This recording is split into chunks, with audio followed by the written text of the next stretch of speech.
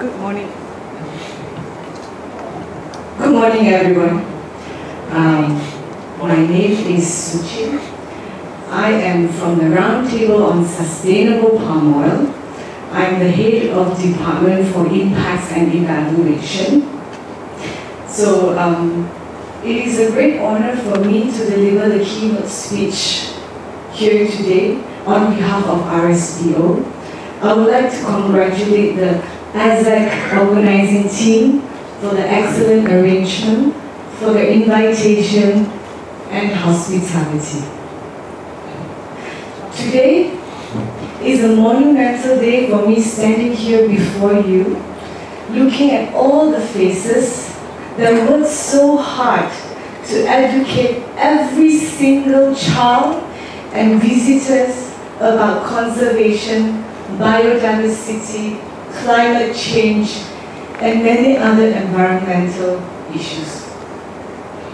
I was once that child that visited zoos every weekend back home and did my first university internship at a zoo. And when I started working, obviously I don't have time to visit zoos like I used to have. I was the one who stocked your zoos behind the live webcams. I'm not going to mention any zoo's name. I can tell you that when I wake up in the morning, when I look at the webcams, it is at night on the other side. So you can guess where the zoos are that I've been stalking all this while. Today is very important for me because I am going to give you back what you have given me as a child. The love for science, nature, and conservation. Ladies and gentlemen, sustainability is the shared responsibility. How many of you here think sustainability is the easy task? Give me a show of hands. No? How many of you dare think educating people about sustainability is also an easy task? Again, give me a show of hands. No? Very well. Obviously, you are all very experienced educators. None of them are easy. I'm going to be here today to share with you our organization's sustainability journey and how we have learned that it is a shared responsibility.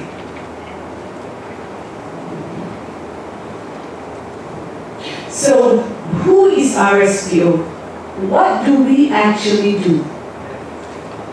We are a not-for-profit organization that unites 7 sectors of the palm oil industry to develop and implement global standards for sustainable palm oil.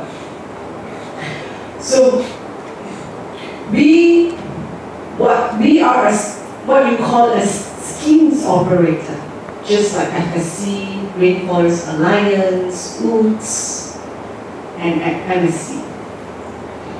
So we are formally established in 2004. You can see that I have my own pointer. So we are established in 2004, and we are registered in Switzerland, and we are headquartered in Kuala Lumpur. So in 2001, WWF thought that palm oil could be sustainable. At that time, palm oil is also often blamed for transboundary haze, biodiversity loss, and deforestation. So WWF very bravely came forward to look for a solution and explore the possibility of Roundtable on Sustainable Palm Oil.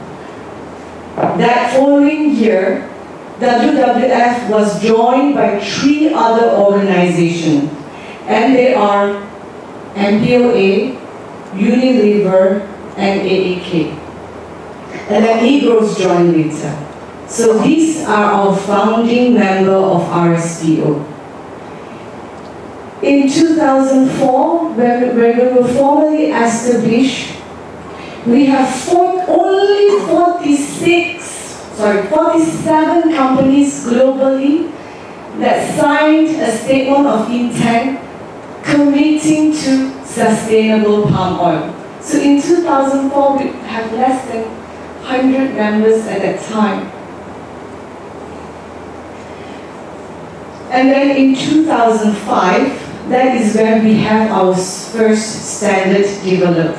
It was piloted for 2 years. This is our standard, the structure of our standard. So when they developed that standard in 2015 and piloted it for 2 years in 2017, that is when we have our revised standard. And then in 2008, what we did as an organization is that we localized this generic standard and developed national interpretation for big producing countries like Malaysia and Indonesia. And then in 2013, we revised our standards again because we have to continuously improve and incorporate lessons learned. So in 2013, we have a set of standards that we use to certify palm oil plantation. And then last year, in 2008, we have our revised standards that incorporate no deforestation, no new planting on palm oil.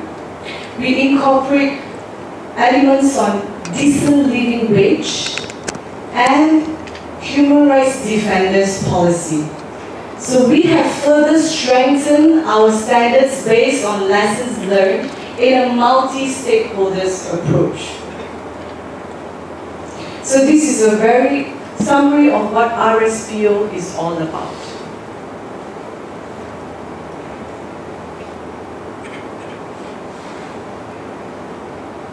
So what is our shared responsibility journey here? So from the very beginning, we knew that we need everyone to work together to help us drive change and find a solution. That is why RSPO is a multi-stakeholder organization and also a membership organization. So we leverage on the strength of each our membership sector to help us find solution. So in 2017, we embarked on an exercise to develop our theory of change. So our theory of change is our roadmap to sustainable palm oil, the norm. So it took us some time to develop the theory of change. It took us about almost a year to do it. And not including the previous year, we were exploring how to do it. So our theory, we began with the end in mind, which is to transform markets to make sustainability palm oil the norm, which is our vision. Then we work backwards. We work backwards with identifying our impacts, our outcomes, our outputs, and then we work on what are the strategies that we need to employ for us to reach sustainable palm oil the norm. So what you can see here is our theory of change. This is our 2018 standard, and this is our shared responsibility requirements, which I will explain later. So, when we have finished our theory of change exercise, we know that in order for us to get there, change can only happen through a progression of mobilize, act, and transform. So what does mobilize, act, and transform means? It means that we need to mobilize all our members. We need to empower them. We need to give them the right tool. And then they act. And when they act, the whole market from the entire supply chain will transform. So that is how change happens according to our theory of change. During this same exercise, we have also clearly defined our role. Everybody thinks that we are just a standard, that we come up with a standard and let our members' company go for certification. But we are more than that. We are also a convener. We provide engagement platform for our members, for the experts, for the stakeholders to come together and find solution.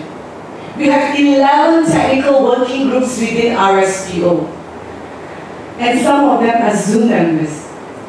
We have 7 task force within RSPO, and we also have complaints panel within RSPO. So we get all these experts together to help us develop the standards and find solution. Other than that, we also aspire to become a leader in sustainable leadership. And we want our members also to demonstrate leadership in sustainability. So what we did for the past few years was, we are the first standard which published concession boundary maps of our members on our website. We are also the only standards that allow complaints to be submitted against a non-certified unit. We also have a special investigation and monitoring unit that help us to monitor and investigate cases that are submitted to us. So, we hope that not just RSPO but also our members also get together and demonstrate sustainability leadership in all areas. So, in 2017 and 2018, that was the time when we were working on revising our standards. So this is the standard I was talking about. And at that time, we always hear the word commensurate effort. One particular sector will always say, we need to see more commensurate from everyone. And then we start to ask them, what do you mean by commensurate effort? It's so wide. Are you looking at you producing and they buying? Are you looking at advocacy? Are you looking at promoting sustainable palm oil? And then when we work and unpack that terms, we found out that it is more than just uptake. It is about embracing the core principles of the standards of P&C 2018, which all responsible businesses and organizations should do. So that is when we have coined the term shared responsibility. So with that in mind, when we were reviewing that standard at that time, there was a strong call that what we need to do next is to develop the standard for shared responsibility. We always knew that ENGOs has a different role, banks has a different role, a grower has a different role, an ENGO has a different role, SNGO has a different role. So, with this shared responsibility task force established this year, they have come up with a set of indicators what everyone should be doing to help drive change in sustainable palm oil and to transform the markets. So this document here you see was endorsed by our board in October last month. So it is now available on our website, and you can download the documents. So this is how we took some time to define what shared responsibility means for everyone in our organization. So, RSPOs and zoos. What does it mean for zoos when it comes to shared responsibility? So, when I started working at RSPO in 2013, I didn't realize that we have a very influential friend. So, as you're aware, environmental NGOs are a member of RSPO, and it is a special category. But what is hidden inside this environmental NGO category are the zoos. We first had our zoo member in 2010. Cheyenne Mountain Zoo was our first friend, followed by ZSL, based in London, and then San Diego Zoo. Today, we have 18 zoos members in RSPO. And they're from the US, the UK, Australia, New Zealand, and Singapore. So this year, our last annual conference, we have organized an Excellence Award ceremony. And guess what? Taronga Zoo won an Outstanding Achievement Award from RSPO. So what they did was phenomenal in terms of transforming markets, especially the sustainable palm oil markets. The slide here, the picture here on your right, on my right, is the Raise Your Palm program that they have submitted to the award category. So this is a Sumatran tiger exhibit. So what they did was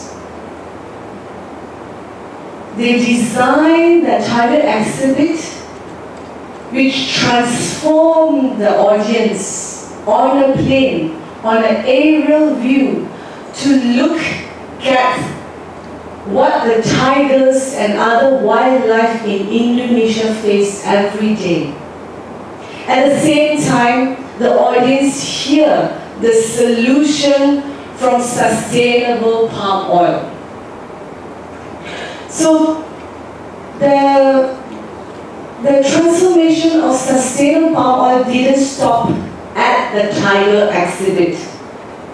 So what they did further is they have this tiger-friendly ice cream, and they also have sustainable palm oil shop, and they also have facilities or stations which sends email to brands encouraging them to change. Some of the measurable impacts of their effort is over 115,000 emails sent to 11 brands. They have over 2 million visitors visited the tiger track. An additional 105,000 students in their education program learning about sustainable palm oil. And also the director from Ferrero, our famous brand, said that to date they have received 12,000 emails from Tiger Track. impressive and outstanding. So, other than their own member, we have non-member who help us drive change and educate the public. You can see here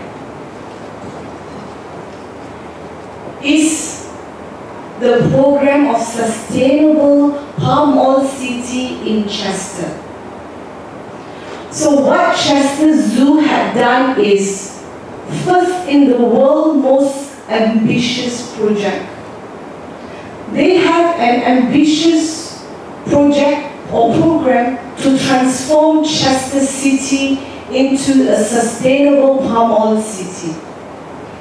Today, they have 50 companies committed to sustainable palm oil and turn Chester into a sustainable palm oil city. So this is a great example of a non-RSPO member zoo to drive change. So we see the impact of your work. You are a powerhouse of research, conservation, and education. Never forget that, and always remember that without you, I'm not here today to tell you about my story.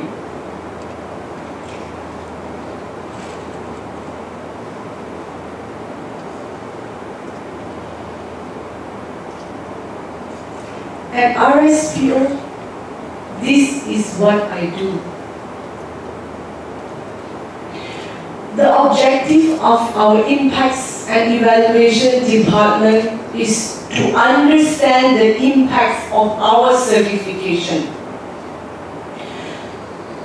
and to communicate this impact to our stakeholders.